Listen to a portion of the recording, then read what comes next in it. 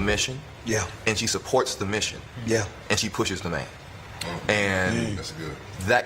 As men, right? It's like having a training partner. You're pushing me to be better. Yeah. You know what I mean? And when I fall, you say, okay, you all right? Yeah, I'm all right. Let's go again. Yeah. You know what I mean? Can I speak to that real quick? My wife did that to me, and I'll tell you what it was. It's the best. Like, bro, it was the best. It unlocked a new level of love for her. I was talking about my next tour, and I'm like, yo, I'm gonna do these church jokes that I've done, because this church tour I done well. And I'm like, I can run these old jokes. I'm talking about from when I was like 18, 20. I'm like, yeah, we do the churches again. This is gonna be blah, blah, blah. It'll be great. And she looked me dead in my face and was like, you're better than that. Yep. She was like, you can go into the lab and dig deeper and work harder and be better than that. And she was like, you do this. You're taking the easy way out. That's right. And I was like, how could you say this to me? Yeah. Like, how could you challenge me this way? And as creative, I knew way back in my mind when I was thinking of it, I was like, this is easy, Kev. But I would never acknowledge that. Right. And she looked at me dead and she said, you can be better. And I want you to be better. I've had that chat too, boy. And I'm like, nobody on earth could ever do that, because nobody even knows those jokes from 20 years ago. And nobody else would care. If you work, they see the man you are going to be. Right. They speak to that. And they speak. Let me just tell you something. This part of the conversation was one of the best parts of the conversations. I'm gonna tell you why it's one of the best conversations. I've experienced the very thing they're talking about. I've said this, and I've talked about this on my TikTok lives. Women have the power to make you Superman or make you Clark Kent. And in this instance, we're not trying to be Clark Kent. We're trying to be Superman. Women have the power to make you Superman or make you Clark Kent. That doesn't mean that, you wouldn't have been Superman without the woman. What I'm saying to you is the ability to transform that man, the ability to push that man, the ability to expand that man. This is what these boys are talking about right now. When I experienced this, it changed my whole scope of life. It's why I do TikTok lives and I tell people, don't choose somebody that can't inspire you. It's why I tell men not to choose a woman that doesn't make you feel like she's your muse. You're not inspired by her. She doesn't make you want to create a Michelangelo. She doesn't want to make you do a Picasso. She doesn't want to make you do a Mozart piece. If she doesn't want to make you do that, bro, probably leave her alone. And some people didn't really understand what I was saying. What I meant by that is, I'm not saying that the Holy Ghost is removed out of his position, because the Holy Ghost is the first inspiration. What I'm saying to you is, when you get into a relationship with somebody, and you are, especially if you are a creative individual, the woman that you marry should be able to speak such life into you that, bro, you feel empowered to do even more than you thought you could do. And the only way you get to that place is when that woman speaks life when you're down, not when you're up.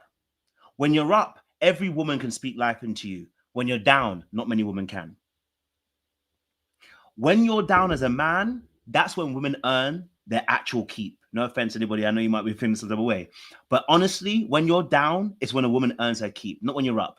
If I already made the money, if I'm already famous, if I'm already doing it, if I'm already built things, you're not going to earn your keep when I'm up. You earn your keep when you're down. And when I say keep, what I mean by that is you earn my loyalty in a unique and profound way when I'm down. Because when I'm in that dip, most men have this feeling that you're about to leave. When the money is down, when the job is gone, when I'm no longer able to be, quote unquote, that provider financially, physically in that space, that's when we start to question does this woman really love me? Does this woman really, really get me? Does this woman really have my back? If a woman has your back in those moments, loyalty is earned in a different way. It's different. It hits different. Also, in that space, a woman that can speak to you and tell you she believes in your ability and believes you can conquer, believes you can go and do, believes you can go and win, and speaks that to you, I promise you, turns that man into from Clark Kent to Superman.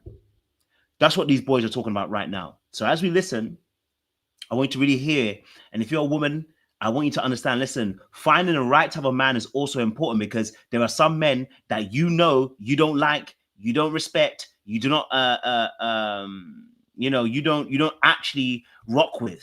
Leave them alone. Okay, if you don't have respect for that man, but he just he can make you survive, I need you to leave him alone, because it's gonna be hard to speak words of wisdom when your security is removed from you. You know, someone saying to you, right? So as as Kevin's about to tap into the story, you're gonna hear a lot more. This is powerful. She's Melissa. She's speaking to that. She's speaking to, and like, what a blessing to have somebody see your best self and speak when you are too afraid. She was like, if it takes you, she was like, if it takes you a year of practicing, take the year and be the best you can be. You remember why you, bro. Let me tell you something about what he just said here. What he just said here is profound, because what she also said was, you don't have to perform. And I don't think, like I said, finding the right woman is important, because you find the wrong one, she's gonna make you perform like a monkey. I'm just gonna be honest with you, right? You find the wrong kind of woman, you will be performing because you're afraid you have to keep her. You find the right woman, she says what just happened to Kev on the stage. She says, listen, I don't care if you got to take a year off and you got to practice those jokes and you come back stronger. That tells me I don't have to perform. When I say don't have to perform, I mean that in the sense of I don't have to be performative with my masculinity, and I do not have to be performative as a human being. I get to strip away that aspect and get to come back stronger. I've said this before, most men want to provide. The fear is that when they can't provide, the woman will then say, I no longer need thee. I don't want thee. I can't support thee. You know, the insults start happening. The disrespect starts happening. That's what most men fear. But in that moment where we're in the trenches, and as he just said, like his wife said to him, you got to take a year off, fantastic, don't even worry. But what that was is beneath you now. I don't mind hearing that. If you can tell me, you know what I'm saying to you, take your time, you can do better than that. Raw, okay. So you believe I can do better than that? All right, cool. You know what, you're right. No, you're right. Because what you're saying is you believe in me. What you're telling me is, you know I can do better, not because you're lambasting me, not because you're shaking me down, not because you're telling me I'm awful, but you're telling me, listen, I believe in you and I see greatness for you. So this is not on your level. There's more to you. I've seen you do better. Come on, let's go again. Raw. Okay. Now, you know, all right, cool. That, you know what? It was tight hearing that. I ain't gonna lie to you. It was a bit tight hearing that, but I'm taking what you're saying, because you're saying you're with me in this. You know what I'm saying to you? And I can rock with that. That's what I'm saying, like, bro. That's like, and that's why people like, why you don't cheat? It's like, bro, I'm not getting that. Why would I waste that? Like, you know how valuable that is for somebody to see the best of you for real, with no monetary value, none of that. She's talking about just, I see you in the best version of you, and I want you to at least try to be that. Like, now, what he just said, I don't want to go too deep into that, because I think I want to do a separate video for that. What he just gave is a formula for why men don't cheat. Now, it's not every man, okay? We're just talking about a formula. It's not every formula, but it's one formula as to why men cheat, because he recognizes the impact and the value that woman has. When she speaks life into him, there's value. Now, ladies, can I be honest with you? You choosing somebody who hasn't built nothing and is not building anything, that's not who you need to go and speak life into as a partner. Speak life into that man as a friend and nothing more. But your husband who's already building something, he's already going forward, he's already achieving things, he's already doing things, that's the man that you invest in and you actually speak life into. That, as he just said, why would you want to give that up?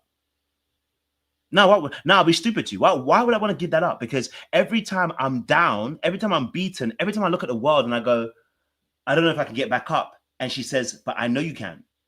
But I know you're going to get there. I know you're feeling like you can't make it right now, but you've done it before, you can go again. I'm telling you, when I experienced this, bro, like, it will shake you, bro. It will shake you. I remember I said to the person, like, you are Superman to me. You make me feel like Superman. And for the longest time, I couldn't understand it. So for these men to articulate what was in my brain, you know what I mean? To them to articulate what was in my brain, literally, I don't know. You don't know how to.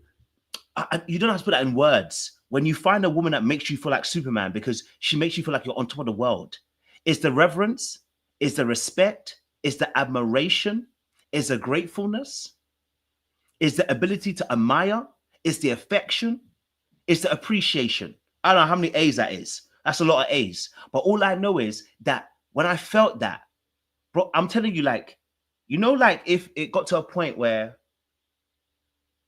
you didn't care if you lost everything because you're not going to get it back again.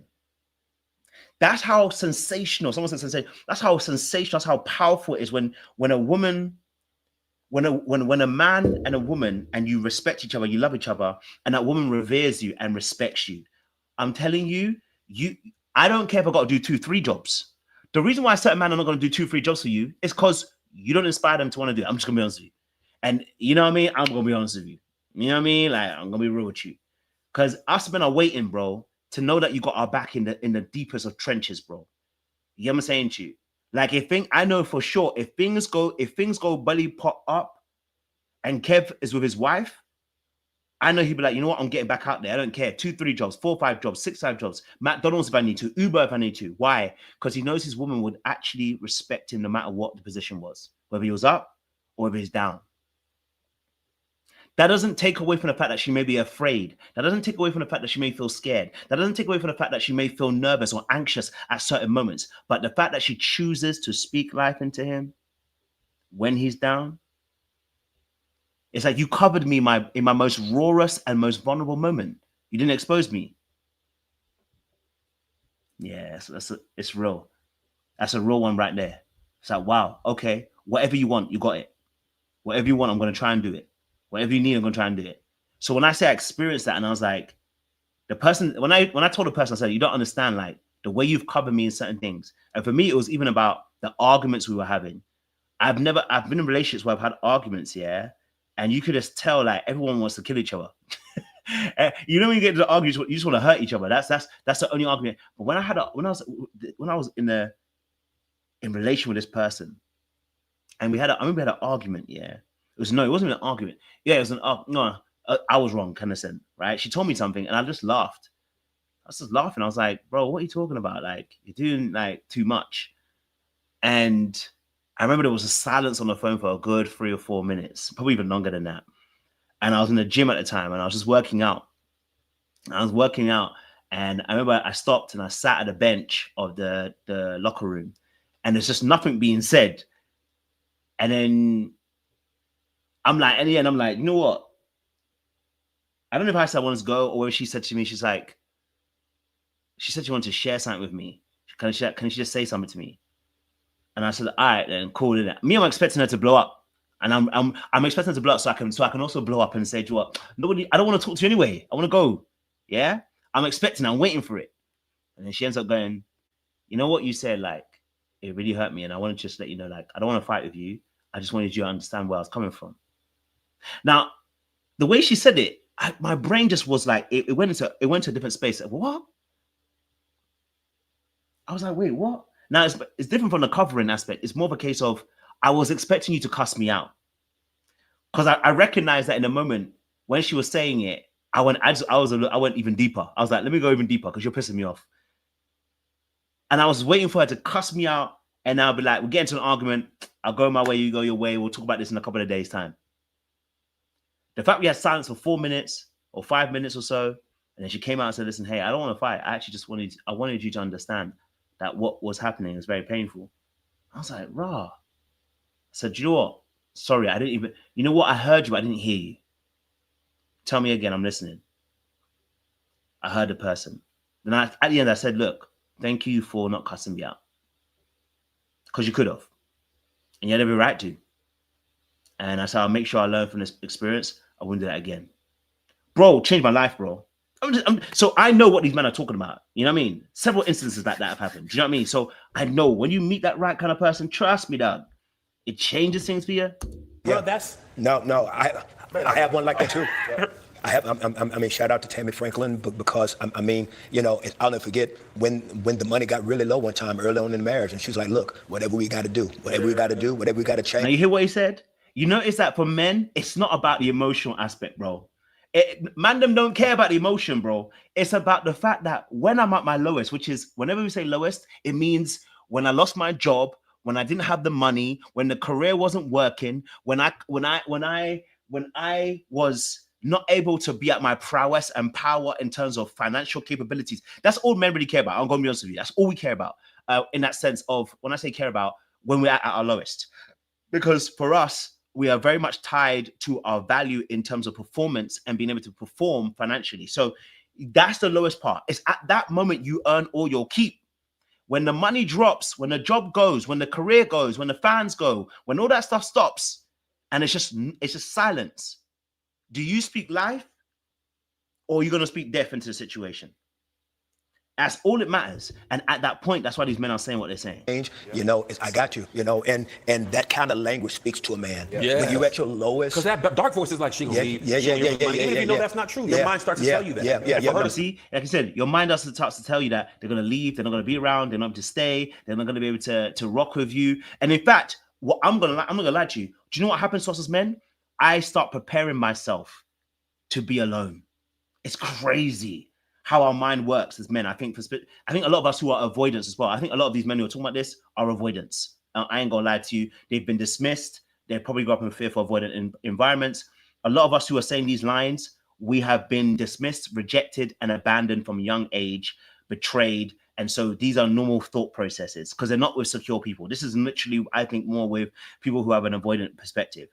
But to hear man say like, yo, like, your mind just goes to you, they're gonna leave you, and then you actually start preparing yourself. Well, they start leaving. All right, cool. I gotta make sure I ain't gonna die here. If you leave, innit? Not reckon, but really and truly, you don't want that. You want the closeness. You want them to be able to support you, to love you, and care about you. But sometimes the lack of vulnerability. Speak against that. Yes. So shout out. My question for you, Kurt, is to kind of stand on that, and I'll answer. But my question for you. Has she been the wind beneath your wings through your projects? Like, how have you navigated through the challenges of having an album do well, and then the thought of like, man, I got to do another album and it has to be better? How was Tammy in that process for you? What role did she play for you? Tammy, and I say this all the time, Tammy would be an amazing woman without me. Absolutely. You know what I'm trying to say? She's an amazing woman. You see how all the men nodded their head in unison? Broski, man knows about these things, you know. Okay, man knows, but you see how the man them all nodded their head in unison. When you found a good one, she could be good on her own. It's not, we understand that. Like, you're good on your own. You're amazing on your own. That's when the man them all nod their head. Yeah. They're nodding their head. Yeah. Woman, you know, I'm the one that's had the hard time learning how to be a man. Yeah. You know what I mean? And often she really deserved somebody that was already more of that man, where I was trying to figure out, because getting married with kids already and a lot of things, I felt the pressure of living. And Tammy had the most incredible father. So I felt the pressure of, okay, you know, I got to try to fill in them shoes. And, you know, so it was my drive has always been more desperation than inspiration. That's honest. Oh, I have to tap into it another day. I have to tap into what he just said another day, because Franklin strikes me as, I think he come from a very fearful, avoidant background, right? So for him, he's always in survival mode. So in survival mode, when you're in that place, you want love, especially when you've got fearful, avoidant attachment. You want love, but you crave love, but you're afraid of it at the same time.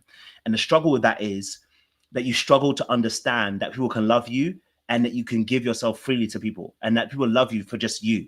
You see everything as transactional. If you don't do something, you won't get love. You know what I'm saying to you? And so it's amazing to see in that particular space what he's talking about. So, and he's going to mention something important, so I'll let him continue. Wow. Yeah. And it's not that she was not giving it. There's just, you're always chasing ghosts when you don't know where your beginning is. When you don't know where your beginning is. And you know, like, I see how Tammy, like being married to a woman that had a good mother and father, it's almost like she's like unreal to me. It's almost like, you know, like they have a confidence and they have a space. Like, I remember asking Tammy once, do you believe that God loves you? She said, yeah, I've never struggled with God loving me. And I had one of my mentors say to me, Kirk, it's hard for you to know God's love as a father when you've never had one. Yeah. And that is the pinnacle of what he just said there, is what affects relationships with God and man. The relationship with parents distorts the relationship with other people. And so, as he said there, the struggle to even understand that God loves him, but your wife doesn't have that struggle. Why? Because she grew up in a family household that her mom and dad actually were very secure, it seems, and loved her. So why would she need to question whether God loves her or not? She won't. You and I will. I question it because of the kind of environment I came from. I'm questioning it. I'm wondering, you know, do I have to do something to make sure it's loved? I'm like sometimes dismissing my own needs and saying, God, I'll just serve whatever you need, but I won't tell you what my needs were. When I first start coming to Christ, I'll talk about this another day, probably deeper. When I first come to Christ, I used to be intercessory every single day of prayer. I never prayed for myself in the beginning. In fact, I would have a list and I would have 7 categories and I would pray 3 o'clock, 6 o'clock, nighttime, midnight. And every single thing, okay, would be a intercessory prayer. I would look at the list and I'll be like 1 or 2 prayers about myself, 24 prayers about everybody else.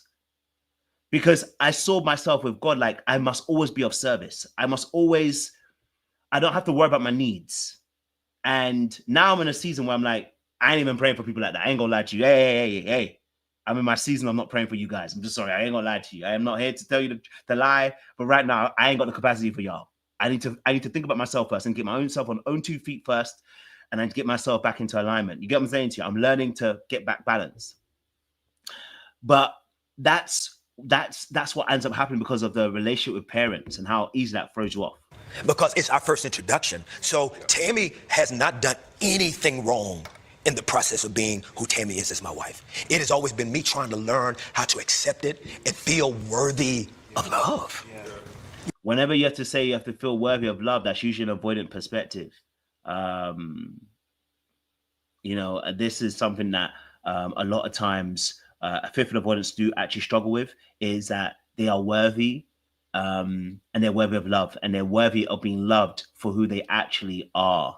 And that's a very deep thing. You know, it's tight, man. You know what I mean? You know what I mean? You know, you just have a hard time feeling worthy. Yeah, hard time. Hard time. Hard time. Have you been there before? Oh, yes. Yes. I just got to the place where I feel I'm worthy of receiving love. It's hard. Because you feel like you have to perform. And I spent most of my life performing to be liked. Because I was the kid that nobody would pay attention to until I got on that piano. So, but that's a whole nother time, whole nother show. I'll go into another time, man. Listen, we'll break that down another day, man. I don't want to go too far. I think this was a great aspect as well. And I recognize how in this aspect they were touching on so many key themes, and he just touched on the last one, which was that the in that space of performing in order to be seen. And you know, I had that for a very long time as well myself. You know, it's why I'm so extroverted and probably the way I was. I've calmed down now. I can be cool about it. Like, I don't care as much. You know what I'm saying to you? So, but beforehand, yeah, I was a performing monkey. I was everywhere. You know what I mean? And you don't really look at it that way. You just look at it as I'm extroverted. But some of that extrovertedness was performing monkey. Now, I don't need to be the class clown, but I dance everywhere. I'm loud. I'm not necessarily loud and screaming, but I wear loud. I used to wear a lot of loud colors.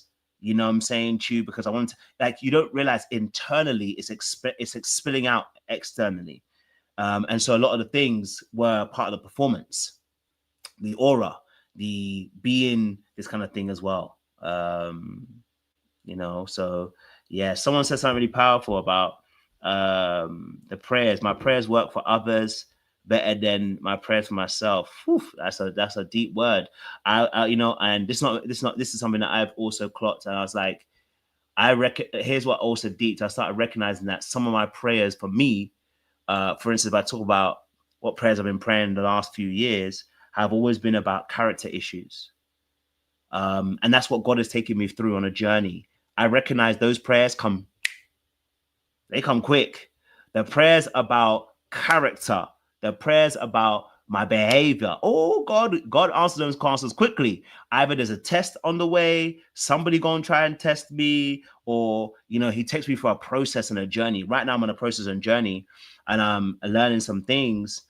And in fact, I don't know if I was gonna do a video later on about this, about sexual purity, because I spent 3 years in Egypt, and let me just tell you this now. The warfare that I'm encountering after leaving Egypt 2 years ago, the backlog of warfare is another story. You know what I mean? The images, the dreams, the attacks, people that come out of nowhere suddenly want to just do things with you again, bro. And then you start realizing, bro, God is taking you on a journey and a process to transform you. He's highlighting things, out in things in your life, saying that needs to be sorted, that needs to be sorted. Work on that now.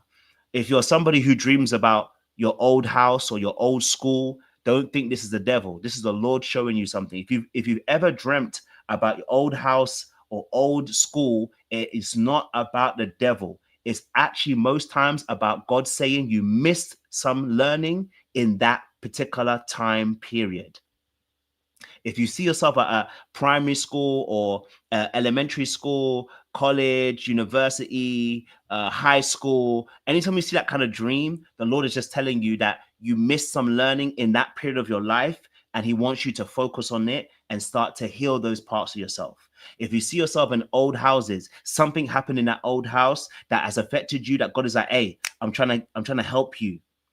Okay, all right. It's not trying to help you to be able to now shift it. Melanie said, I'm a dreamer. And is it that is a setback? Do you know, I'm not going to even discount that it's a setback. What I will tell you is that God allows that dream to happen to start working on it. So I no longer look at things, I never look at it as a setback anymore. I look at it as I've missed learning in that time period. So when I see myself going back to school, I go, oh, I missed a learning period in that point. There was something I didn't get to learn at that age or that time frame. Or if I see myself in an old house, what I start to recognize is, I may be operating in the same old behaviors or in the same old behaviors in that age. For instance, if I see a house that I was living in at 6, I go, okay, there's something that I'm doing that is actually a direct link to my age, that age at that point in time. The behaviors I'm doing now are not of my maturity. They are of my youthfulness. And I need to start working on it at the root to make sure that my behaviors currently are in alignment with the maturity God is saying that I've come into. So I don't look at it as a setback per se, but I hear what you're saying. Someone can look at it as a setback, and maybe there are some aspects where there are setbacks, right? And so the enemy can use that in that space. But I look at it as, I don't believe dreams are from the enemy. I believe all dreams are from God. And when I say dreams are from God, yes, even the sexual ones are from God, because what God is doing is he's showing you that you're under attack. The dream world is your eyes into the realm of the spirit. So if you dream and you can see, you're able to have visual of the realms of the spirit. So when you see something like even something sexual or something attacks you, the Lord is letting you know attack has come. Let's get to prayer. Or let's get to reading our word. There's something that's happened to you. So it's frustrating. It's annoying. And sometimes I look at it, I'm like, oh, that's so annoying that I had that dream. But then I go, oh no, I need to pay attention. Have I watched something, or have I consumed something that I shouldn't consume? Or have I gone to an atmosphere I shouldn't go to? Or is this a thought pattern that I need to start looking at differently to see what God is really saying about it, you know, in that space, you know? So sometimes I just try to, I now look at things as, okay, God, what's the next thing I need to learn? Because that's why I'm seeing it. I'm seeing it because you want me to learn something. I'm seeing it because you want me to understand something. I'm seeing it because you're either going to, or you've given me authority over this thing that you're showing me. So I used to be really frustrated about dreams. I would see myself in an old house or see myself in an old school, and not recognizing that God is trying to tell you that the way you're thinking about something, it just needs to be shifted. I would see, like, I could see old headphones or old clothes, old jackets. You know, when you see those things, it's like God trying to tell you, listen, the thought pattern in that time and season no longer fits now. If you see clothes that are too tight, then the thing you're doing, you know, it's over. The thing you're doing, it might not be the right season for it right now, you know, or you might be a little bit spiritually overweight because the way that you're moving through, you know, and then you may look at it as also, in a space of, if you're wearing clothes that are too baggy, this thing is too big for you as well. So Ashley asked me, how did I come to learn this? Do you know what's so crazy? I was praying about this for the last 2 years. And I was praying for the last 2 years. And what I started doing, I started coming across. I come across certain content creators, and I'm very specific, because if you're interpreting, and I started listening to some dream interpretators who are biblical, and it's not everybody I take their thing off, because if I listen to you and your thing and your interpretation leads to condemnation rather than there being grace, and rather than Christ being the center, I can listen to it a bit, but I can't take it on. And let me give you an example. I can take on someone like Kevin Ewing to a certain point, but I recognize that a lot of the things he goes back to Old Testament and very much law, and I'm like, that doesn't rock with me because I'm under grace. So certain things of the interpretation, I'm like, I'll take the scripture, but then I have to expand it. I have to expand it to my understanding of what grace is. So sometimes what I listen to some interpretations, and everyone is like, oh, that's the like, let's say, for instance, what was one of them? If you eat in your dreams, then it's a satanic attack. And I'm like, no, it's not. It's not. It's like, it's not satanic, right? Like, you eating that. Like, that's what I'm saying. So you have to align that with the word of God, but you have to also align it with proper exegesis and align it with proper theology. So anything that doesn't line up with that, and it lines up with, that Old Testament, we're living underneath the law, I go, I can hear you, but I don't take it all the way through. That's the way I look at it as well in that particular space. So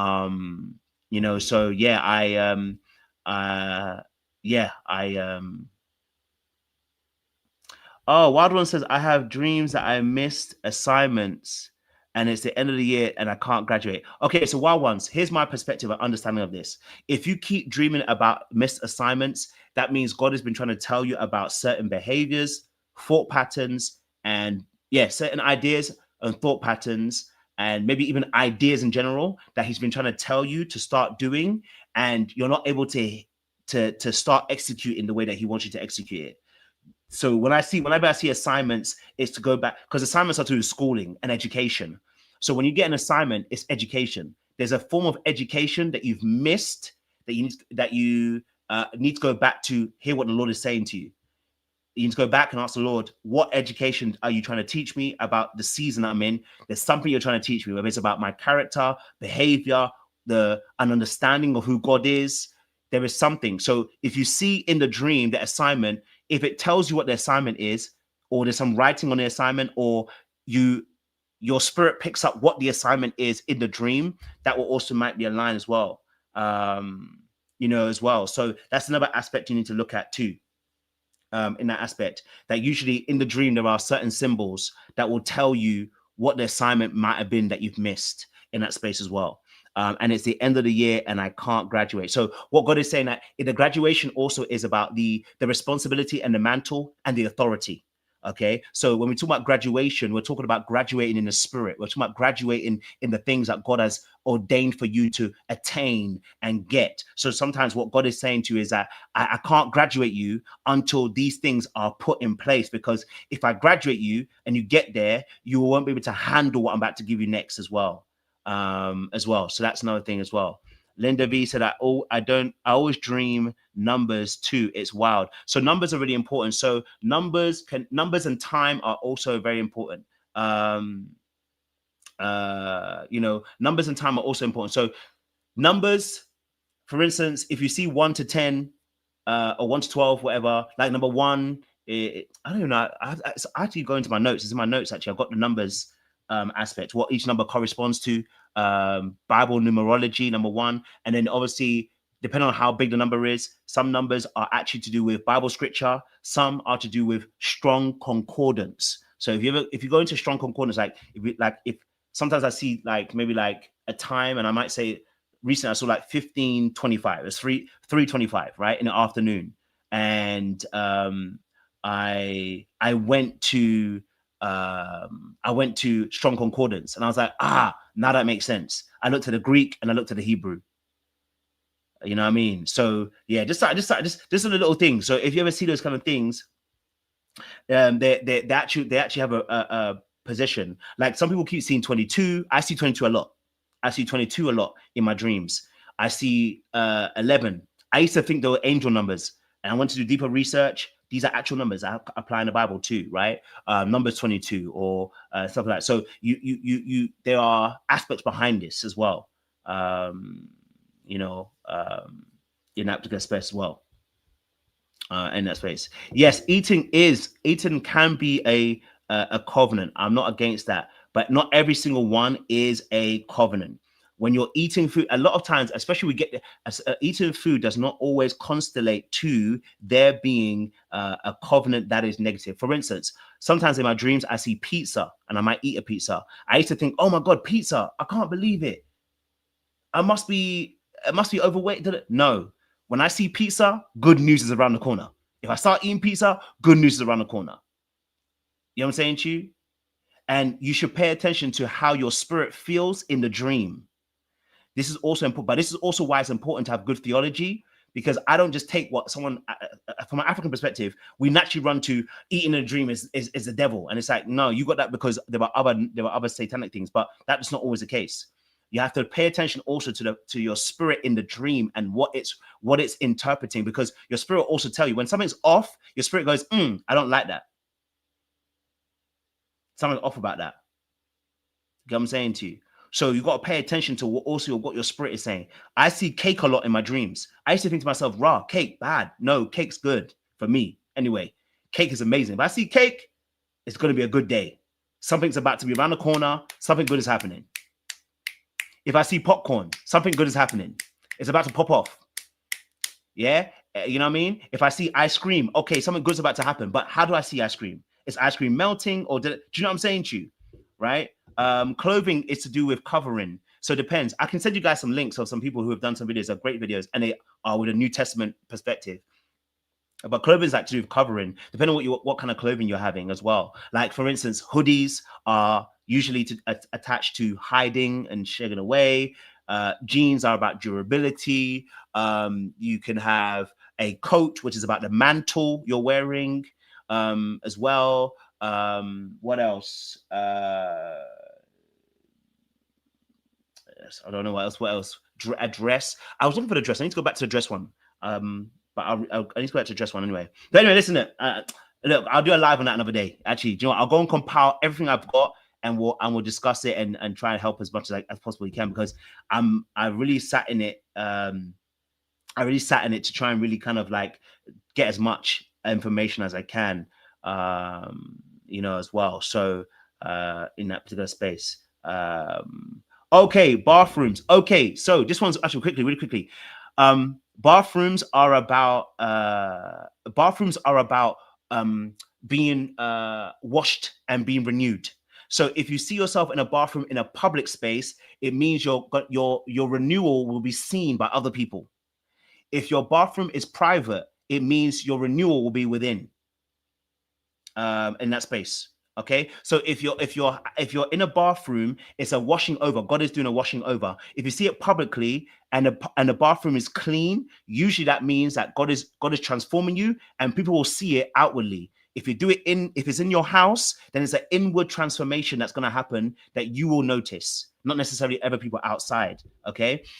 If it's unclean, the bathroom, it means that there are some things that are contaminating you, and you need to you need to check your atmosphere and what you've picked up. You need to be cleansed. Okay. Yeah. So if the toilets are about excreting negative toxins, so things like bad ideas, bad thoughts, bad thoughts and bad ideas. So if you see yourself peeing in a toilet and you see the toilet clean or whatever, it's like removing the toxins from the body. Do you know what I mean? In that space as well. So a lot of these things. It's like God is removing the toxins, which is the toxic ideas, the toxic ideology, toxic theology, in those spaces as well. So yeah, bathrooms are really a good dream. Usually when you see the bathroom being clean, if the bathroom is dirty, usually it means there's some things that are contaminating you right now. Like I used to see, I would see, I remember seeing, I'll go into a bathroom and I would see excrement. I would see doo-doo everywhere. And then I would recognize, okay, all right, whatever I was asking for or whatever I've gone to, the atmosphere has been contaminated. It's contaminating me. You know what I'm saying to you? You know, as well in that space. So then I recognize, okay, I need to go back to my mind. Where did I go? What did I go and do? What atmosphere was I in? Okay, maybe and if the bathroom is in a new location, something, you pay attention because you might have had some things in your heart, you know, where you're like, I remember this is why I couldn't go to Ghana in Easter. I saw a bathroom, but it was in Ghana and the toilet was dirty. And I said, okay, I know I can't go to Ghana no more. I know I can't. You know what I mean? You've answered my prayer. It's to say, like, you go there, you're going to be contaminated. So it's like there are certain things that are in within that as well. So what you do the day before and after, yes, can also affect your dreams. Yes, it can. It's not always the case. I won't lie to you. It's not always the case at all. And when people say what you eat can affect your dreams, I'm going, you know what I'm saying to you? You know, in that space, yeah, you know, it can do. What you do definitely can. So pay attention to what's actually happening. If you're look for the commonalities of the atmosphere versus or the event, the place that you're at versus where you've been before. You know what I mean? There may be some similarities or symbols you've seen. You're like, oh, okay, that's resembling what I've the day before. You know what I mean? So in that space as well. AW said, I've had dreams about wandering around school or the mall, but never reaching my destination. So malls are places that you go and buy things. So the malls are usually things you're meant to go and procure to enhance your life. So in that space, maybe you're wandering around, and are you wandering around because you have no money, or you're just wandering around? If you're both wandering around school and the mall, school again is education, then the things you're probably meant to be doing educational wise in terms of growing to help you get to where you need to get to, you are feeling like you're confused and you're a bit lost right now. And so you feel like you have no direction. So if you're doing the wandering around both of these places and you feel like aimlessly doing it and not reaching destination, it means that the things that you need to buy, and buying doesn't necessarily mean buying physically. It can mean buy information, buy knowledge, buy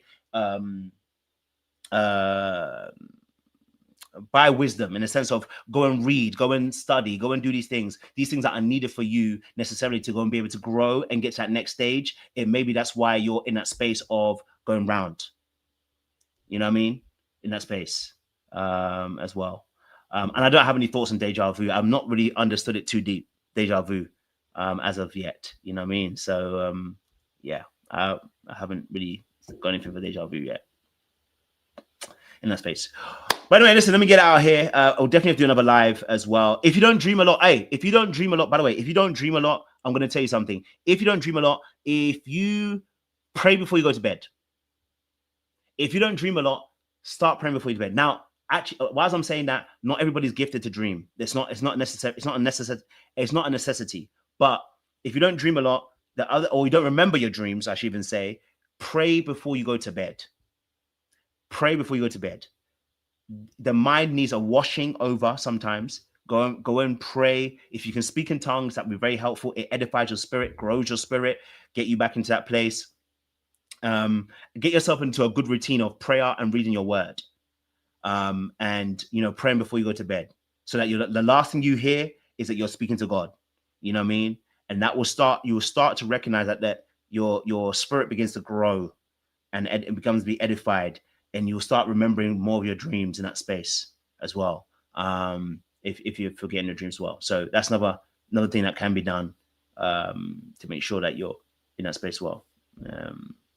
Yeah, not everyone remembers their dreams. Yeah, sometimes the mind needs to be cleansed. Not everybody dreams. So yeah, that's another thing. All right, guys, I appreciate you guys. Stay locked, stay loaded. We'll see you again soon, and definitely need to do a live on that as well. So I'll see you soon. Much love.